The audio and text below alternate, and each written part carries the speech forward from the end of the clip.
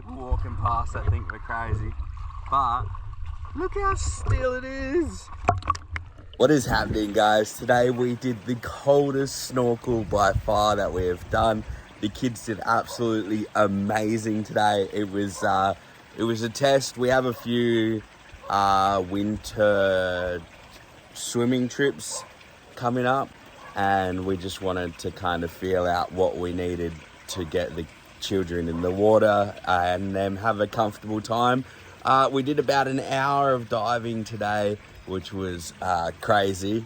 Indy had super duper cold feet. We used the torch to warm her feet up a little bit, but obviously that's only a short-term answer. Sorry, I'm standing on the edge of my pond and the turtle was just, one of the other turtles, there he is, just came out. And I thought he was gonna nip my toes. Don't get my toes. Yeah, we ended up on the way home picking up a pair of dive boots for Indy, which are a little bit thicker, a little bit longer than her shoes that she has currently. So hopefully she can last a little bit longer in the water. At about 30-40 minutes she started shivering, and roughly the last 10 minutes she could barely swim, so it was doable. She could have swum if she needed to, but my partner, she grabbed hold of my partner swam around with her because she's trying to steal her mum's heat. It went super duper well. In the grand scheme of things, the kids had a blast, and once we got out of the car and got dressed, Indy got huddled up, and she did really well after that. So she had fun, so it's not torturing them if they had fun, right? Let's go check out the dive, and then we'll wrap the video up. Eli, Indy. Yeah, sick.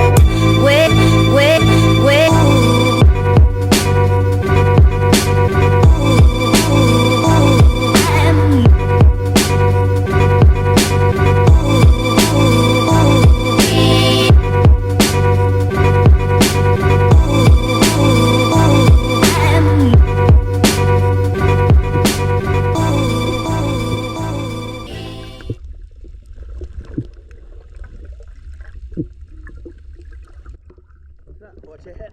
What did you find? I don't know. Like a toy.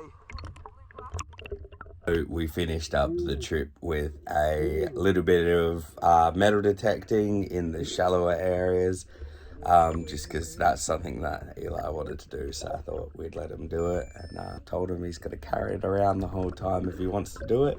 Also, just a quick reminder that if you do go to Omeo, please try and not stand on the wreck. A lot of people do, but every time somebody stands on it, it's going to stop things from growing in certain areas, and it's just a shame. Sure, the wreck might stay around forever, but the things growing on it, and the reason why people go there, it's not just because of the wreck. They go there because of the wildlife there. So Try and keep off the wreck the best you can, and don't get into fights if you see somebody on it. There's been a few of them.